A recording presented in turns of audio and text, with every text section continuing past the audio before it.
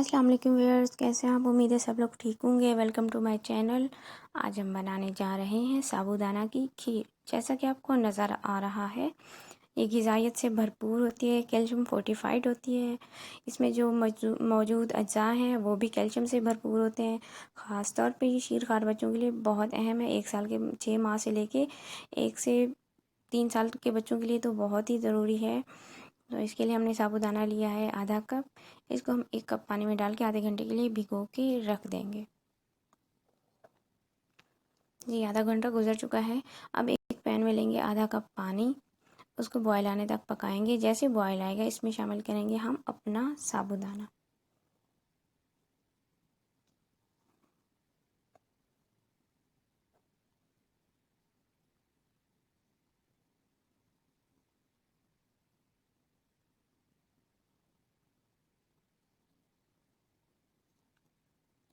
5 minute तक पकाएंगे।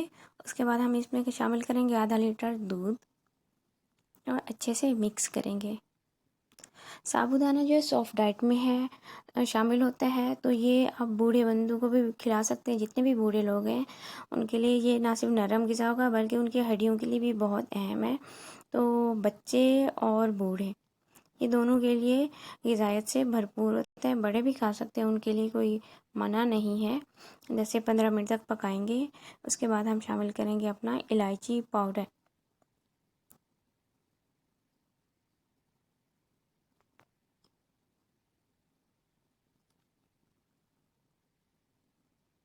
अच्छे से मिक्स करके 2 से 3 मिनट पकाएंगे। उसके बाद हम शामिल करेंगे कुछ ड्राई फ्रूट्स जो कि 100% ऑप्शनल हैं। चाहे तो बढ़ा सकते हैं मिक़दार, चाहे तो कम कर सकते हैं या निकाल भी सकते हैं। मैंने शामिल किया है बादाम, पिस्ता और किशमिश।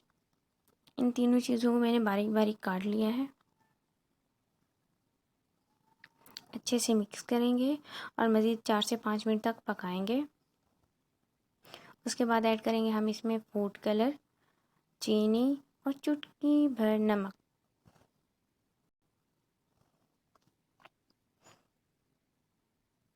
जो कि इसकी खूबसूरती को भी 4 चांद लगा देगा कलर। तो कलर भी ऑप्शनल है।